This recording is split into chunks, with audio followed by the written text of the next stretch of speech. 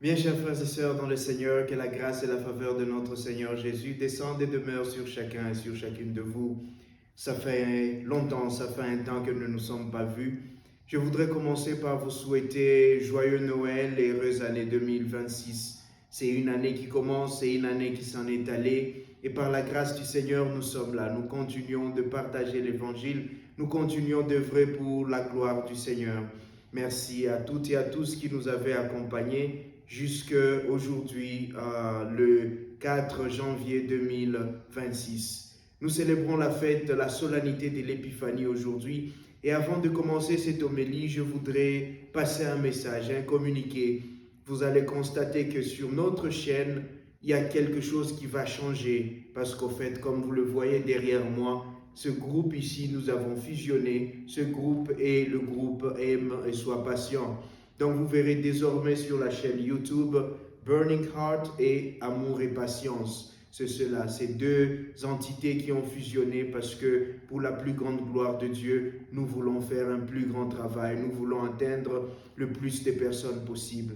Donc vous pouvez aller à Burning Heart, vous trouverez les mêmes éléments, vous allez à Amour et Patience, nous avons les mêmes éléments, c'est le même groupe, c'est la même équipe, c'est moi le Père Patrick Muguicho et le Père Chisa. Dieu merci, nous travaillons ensemble pour aider les frères et sœurs à connaître davantage le Christ, à œuvrer pour le Christ et à entrer dans le monde, œuvrer dans le monde dans lequel nous sommes.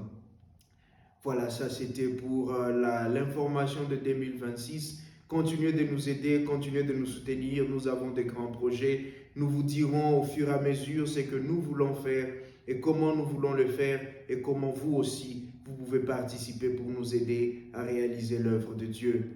Voilà, je disais qu'aujourd'hui nous célébrons la solennité de l'Épiphanie.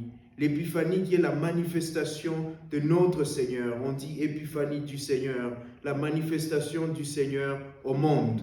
Jésus, nous savons, il est né à Bethléem, il est né en Judée, il est né dans une région spécifique, d'un peuple spécifique, des personnes spécifiques. Il est né de la Vierge Marie. Joseph était là comme son père nourricier.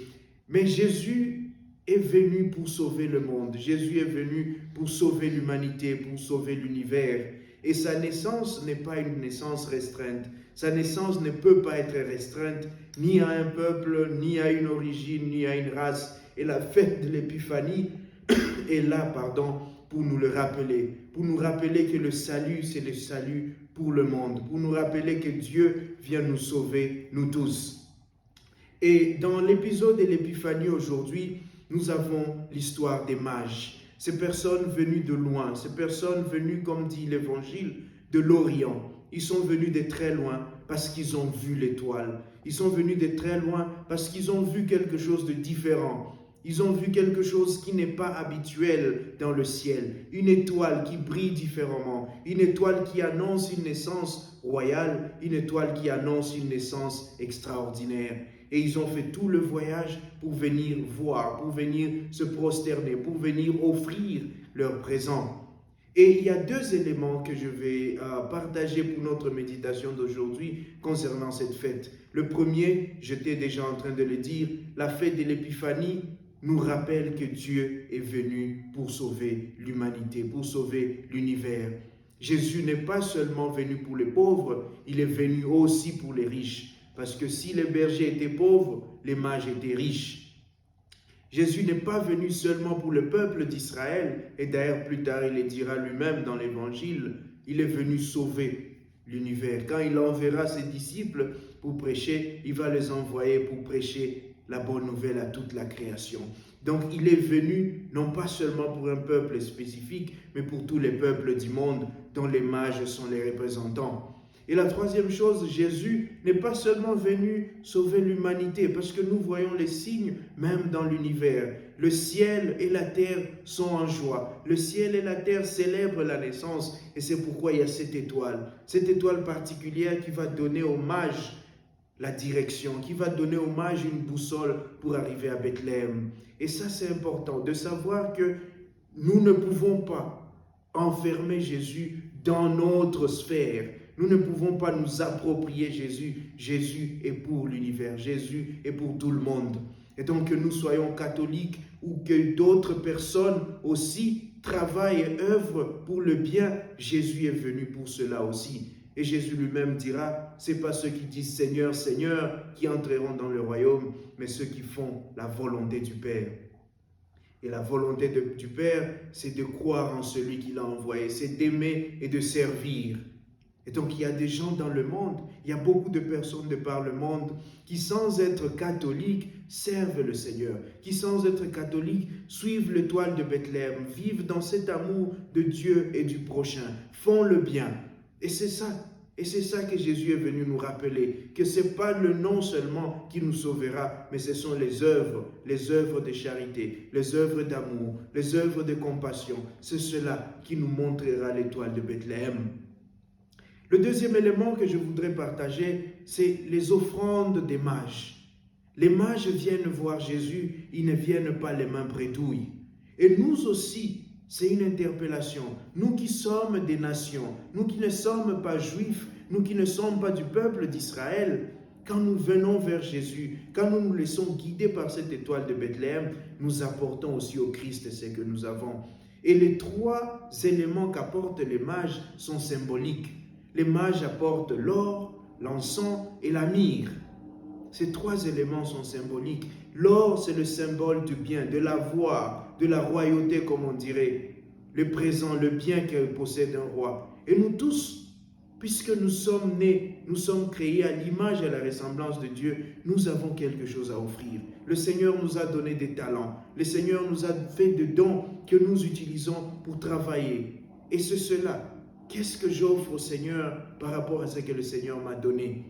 Par rapport au talent que j'ai reçu, comment est-ce que je rends cela? Si je travaille, est-ce que je donne l'offrande? Si je suis élève, est-ce que je donne le maximum de mon intelligence pour réussir? Comment est-ce que j'offre au Seigneur mes talents? Tout ce que j'ai, comment est-ce que je l'offre au Seigneur? Ça, c'est le premier élément. Apprenons à offrir le Seigneur le bien qu'il nous a donné. Parce que plus on se donne, plus le Seigneur nous donne aussi. Plus on se vide, plus le Seigneur nous remplit. On ne peut pas être rempli si on n'est pas vide, si on ne se laisse pas remplir par le Seigneur. Et donc, l'or que les mages viennent offrir symbolise la royauté du Seigneur, cette richesse du Seigneur. Et nous sommes riches dans le Christ. Et nous devons donner de cette richesse au Seigneur et à ceux qui nous entourent. Le deuxième élément, c'est l'encens. L'encens est utilisé dans la prière. On vient montrer, l'encens symbolise la seigneurie de Jésus. Jésus est Dieu. Il est roi, il est Dieu, il est Seigneur. Et vers lui, nous devons faire monter nos prières comme un encens, comme dit le psaume. Et donc, venons offrir au Seigneur nos prières, nos intentions, nos dialogues avec le Seigneur, nos doutes, nos peines. Venons les offrir dans cet encens. Venons les offrir comme un encens qui va monter vers le Seigneur et qui va nous aider aussi à nous connecter davantage au Seigneur. L'encens vient aussi pour purifier le milieu où on prie. Nos prières nous aident à purifier nos vies, à purifier nos maisons, à purifier là où nous habitons. Et c'est important d'offrir cela. C'est important de prier comme chrétien. C'est important d'offrir nos intentions au Seigneur, d'entrer dans ce dialogue intime avec le Seigneur.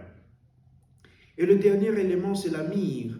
La myrrhe a été utilisée dans la tradition juive pour l'ensevelissement, pour quand on est en train de oindre le cadavre avant de l'ensevelir. La myrrhe est utilisée pour embaumer le cadavre. Et donc la myrrhe vient comme nous rappeler cette humanité, la sacralité du corps. Notre corps est sacré.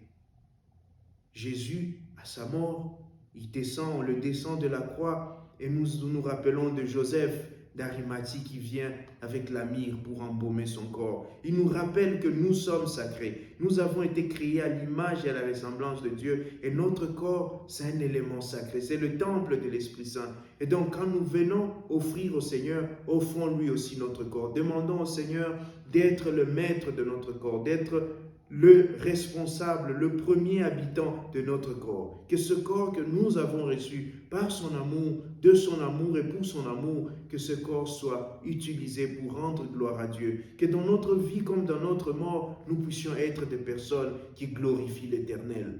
Voilà, c'est très important cela, que nous sachions que nous tous, comme chrétiens, nous avons à offrir au Seigneur. Nous avons les présents, les talents à lui offrir. Nous avons notre vie spirituelle, nos prières à lui offrir. Et nous avons aussi ce corps, cette présence de chacun de nous sur cette terre à offrir au Seigneur. Et la question que nous nous posons aujourd'hui, c'est qu'est-ce que j'offre au Seigneur? Qu'est-ce que je viens offrir au Seigneur? Parce que nous tous, nous sommes venus de loin. Nous sommes venus voir l'étoile de Bethléem. Nous avons décidé de suivre cette étoile, de suivre le Christ. Et malheureusement, nous tombons souvent sur des Hérodes.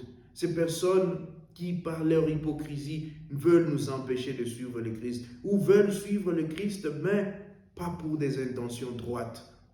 Et demandons au Seigneur alors de nous donner la grâce d'éviter toutes ces personnes, d'éviter tous ces Hérodes qui rôdent autour de nous pour nous empêcher d'aller à Bethléem ou qui veulent aller à Bethléem pour détruire nos étoiles.